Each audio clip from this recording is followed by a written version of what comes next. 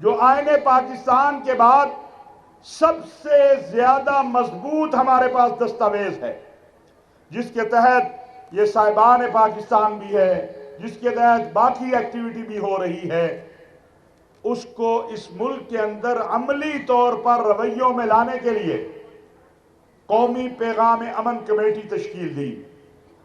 اور یہ پہلی مرتبہ ہے کہ اتنی ہائی پاور یا اس لیول پر جو وفاقی سطح پر کمیٹی بنی، اس میں ہمارے جو غیر مسلم برادری ہے پاکستان کی، خواہ وہ مسیحی ہیں، ہندو ہیں، سکھ ہیں، ان کی نمائندگی بھی شامل کی گئی۔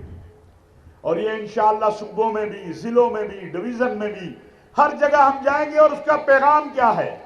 وہ پیغام ہے امن، اعتدال اور سلامتی۔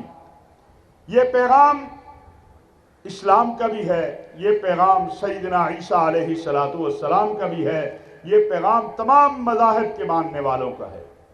بابا گرو نانک کا بھی یہی پیغام ہے۔ ہمارے ملک کے اندر ہماری سکھ برادری کے جو مقدسات ہیں، ان کی جو اہمیت ہے، اس کا ادراک وہ اس طرح ہمیں کرواتے ہیں کہ دیکھیں آپ کے مقدسات مکہ اور مدینہ میں ہیں اور ہمارے مقدسات پاکستان میں ہیں۔ ہمیں اپنے رویوں سے یہ ثابت کرنا ہے، یہ تبدیلی رویوں سے آئے گی، برداشت سے آئے گی۔ اس رویے کو ختم کرنا ہوگا ہمیں کہ اگر کوئی مسیحی ہے یا ہندو ہے یا سکھ ہے یا مسلمان ہے تو وہ ایک دوسرے کے ساتھ بیٹھ نہیں سکتا۔ میں آپ سے سوال کرنا چاہتا ہوں کہ جب ہم یورپ میں جاتے ہیں یا کہیں باہر جاتے ہیں تو کیا اسی مسیحی کے ساتھ نہیں بیٹھتے؟ اسی کے ہاتھ کا پکا ہوا کھانا نہیں کھاتے؟ میرے آقا سید الانبیاء حضرت محمد مصطفیٰ صلی اللہ علیہ وسلم نے مسجد نبوی کے اندر نجران کے مسیحیوں کے وفد کو عبادت کی اجازت دی تھی۔ اس سے بڑی مسجد، اس سے مقدس مقام بیت اللہ کے بعد کون سا ہے؟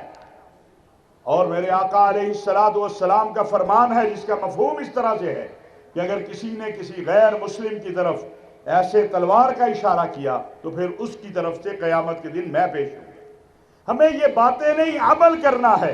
اور اسی کے لیے یہ جو ہم نے قومی پیغام امن کمیٹی قائم کی گئی ہے، جس کی سربراہی وزیر اطلاعات جناب تارڑ صاحب کر رہے ہیں، اور ہم سب اس میں ہیں، بشپ آزاد مارشل صاحب اس میں ہیں، ہمارے جو سکھ برادری سے صوبائی وزیر ہیں وہ اس میں ہیں، ہندو برادری سے ہیں، کہ آئیے مل کر پاکستان کو ایک خوبصورت پاکستان بنائیں۔ جیسے یہاں ہم بیٹھے ہوئے ہیں، یہاں ابھی سکل لیبر کی بات ہو رہی تھی، یا سکل نوجوانوں کی سکل کو جو ہے اس کے لیے مختلف کورسز کی بات ہو رہی تھی۔ دنیا آپ کی منتظر ہے۔ اللہ تعالیٰ نے آپ کو ایک بڑا عظیم ملک دیا ہے۔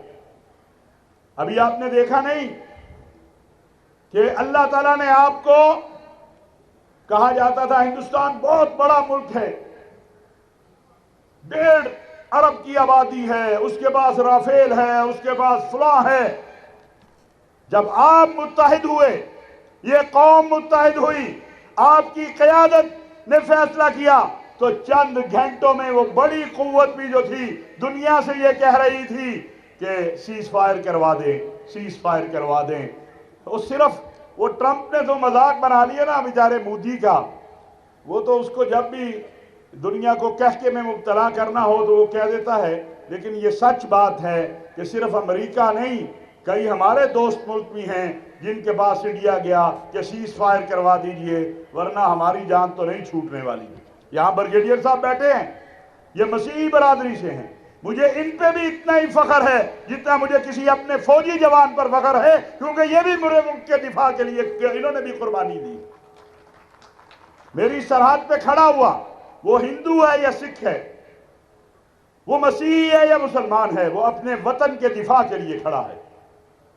ہم نے پرسوں جب پاکستان اور سعودی عرب کے درمیان دفاعی معاہدہ ہوا، ہمارے لیے بطور مسلمان اس سے زیادہ مقدس بات ہی کوئی نہیں ہے کہ اللہ نے اپنے گھر کا اور اپنے پیارے نبی صلی اللہ علیہ وسلم کی مسجد اور روضہ اثر کا محافظ پاکستان کو سعودی عرب کی فورسز کے ساتھ بنا دیا۔ لیکن میرے مسیحی بھائی بھی اتنے ہی خوش ہیں، میرے سکھ بھائی بھی اتنے ہی خوش ہیں، کیونکہ یہ پاکستان کو اعزاز ملا ہے، یہ کسی ایک فرد کو، ایک طبقے کو، یا ایک مکتبہ فکر کو، یا ایک مذہب کے لوگوں کو نہیں ملا۔ یہ اعزاز پاکستان کا اعزاز ہے، یہ اعزاز میری فوج کا اعزاز ہے، یہ اعزاز پاکستانی قوم کا اعزاز ہے۔ ہمیں متحد ہونا ہے۔ میں آپ سے سوال کرتا ہوں، جب دہشت گرد سے روک رہی ہے، ہم تو ان کا پرزور مطالبہ کرتے ہیں، نہ صرف میں، میرے ساتھ حکومت پاکستان ویکو ٹرسٹ پراپرٹی بورڈ موجود ہے، حکومت پنجاب، اور سب سے بڑھ کے پاکستان کی عوام اس بات کا مطالبہ کرتی ہے۔ اور آپ کیونکہ کافی عرصے سے آپ سکھ چیپٹر کو کوریج دے رہے ہیں، کام کر رہے ہیں، اس طریقے سے باقی سب آپ نے دیکھا ہے جب ننکانہ صاحب کا گرپورب ہوتا ہے تو سکھوں سے زیادہ ہمارے وہاں کے لوکل مسلمان بھائی اس بات کا اندازہ کرتے ہیں، اس میلے کا وہ ویٹ کر رہے ہوتے ہیں۔ سو اس لیے ہمارا یہ مطالبہ ہے کہ ہمارے سکھ بہن بھائی کو پاکستان آنے کی اجازت دی جائے۔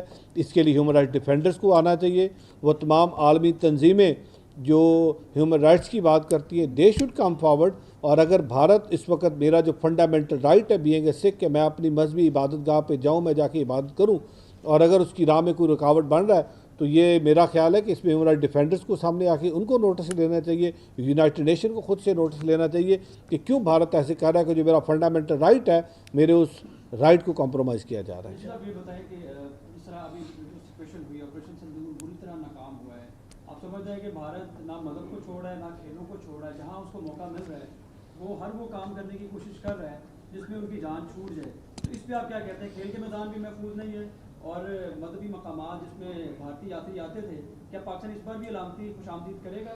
دیکھیے، اس سے پہلے کہ ہم پاکستان اس کا جواب دیتے تو یہ تو آوازیں بھارت کے اندر سے اٹھ رہی ہیں۔ بھارت کی وہ ریاست جہاں پہ اس وقت سکھ تعداد میں سب سے زیادہ ہے، اس ریاست کے وزیر اعلیٰ نے کیا کہا؟ بھگونت مان جی کا میسج آپ نے سن لیا؟ بھگونت مان جی نے بھی اسی کرکٹ ڈپلومیسی پہ کہا، کیونکہ اس پہ آپ کے فائنینشیل سٹیکس تھے۔ آپ کو پتا تھا کہ اگر یہ میچ نہیں ہوا، کیونکہ جب بھارت پاکستان کا میچ ہوتا ہے تو دنیا اس میچ کو دیکھتی ہے، جس طریقے کا یہ مقابلہ ہوتا ہے، تو وہاں پہ آپ کے فائنینشیل سٹیکس تھے، اس لیے آپ نے وہ میچ ہونے دیا۔ لیکن نفرت کی انتہا دیکھیے کہ آپ ہاتھ نہیں ملاتے، آپ نفرت کی اس آج یہ جو جاب فیئر یہاں لگایا گیا، کیا اس میں کوئی تخصیص رکھی ہے؟ میں دیکھتا رہا سارے اسٹالوں میں کہ لکھا ہو کہ only for Christian, only for Muslim, کہیں مجھے نظر نہیں آیا۔ ہاں مجھے نظر آیا فار آل پاکستانیز، تمام پاکستانیوں کے لیے یہ ہے، یہ ہمیں کرنا ہے، یہ ہمیں کرنا ہے۔ قائد اعظم محمد علی جناح نے جو کہا تھا کہ آپ آزاد ہیں، آپ اپنے چرچوں میں جانا چاہیں، مندروں میں جانا چاہیں، مسجدوں میں جانا چاہیں، آپ کا تحفظ کرنا بطور مسلمان، ہم بڑے بھائی ہیں، ہماری اکثریت ہے یہاں، اس ناطے بڑے بھائی ہیں ہم زیادہ ہیں، آپ کو تحفظ فراہم کرنا ہماری بھی ذمہ داری ہے اور حکومت کی بھی ذمہ داری ہے۔ اور میں یہ جملہ بڑی ذمہ داری کے ساتھ کہہ رہا ہوں، گورنمنٹ آف پاکستان، حکومت پاکستان اور ریاست پاکستان کی طرف سے کہہ رہا ہوں، اپنی طرف سے کہہ رہا ہوں، پاکستان کے علماء اور مشائخ کی طرف سے کہہ رہا ہوں، پاکستان علماء کونسل کی طرف سے کہہ رہا ہوں، اپنی پیغام امن کمیٹی کی طرف سے کہہ رہا ہوں کہ کسی گروہ، فرد یا طاقت کو جو اس ملک کے اندر ماورائے آئین قانون آپ کے اوپر اپنی مرضی ٹھونسنے کا کوئی اختیار حاصل نہیں ہے۔ اگر کسی نے جہاد کرنا ہے وہ فوج میں جائے، فوج میں جا کے داخلہ لے اور فوج کے نظم کے تحت جا کے جہاں ڈیوٹی لگے ڈیوٹی ادا کرے، کیونکہ اس ملک کا ایک ہی سپہ سالار ہے، اس ملک کی ایک ہی فوج ہے، وہ پاکستان کی فوج ہے، اور اس ملک کا سپہ سالار اس وقت فیلڈ مارشل سید عاصم منیر ہے۔ اس کے علاوہ یہاں کوئی اور فورسز یا کوئی اور فوج اور جتھا نہیں ہے۔ ہم نے پیغام پاکستان میں واضح کر دیا ہے کہ آج جہاد کا مطلب ہی عجیب و غریب بنا دیا گیا۔ میں آج آپ کو بتانا چاہتا ہوں جہاد کیا ہے۔ میرے آقا سید الانبیاء حضرت محمد مصطفیٰ صلی اللہ علیہ وسلم نے جو جہاد دیا ہے، اس میں تو سبز گھاس کو بھی روندنے کا حکم نہیں ہے، سبز پتوں والے درخت کو بھی کاٹنے کا بلا وجہ حکم نہیں ہے۔ تو بے گناہ انسانوں کا قتل کرنے والا، ان چیزوں کو ختم کرنا ہوگا۔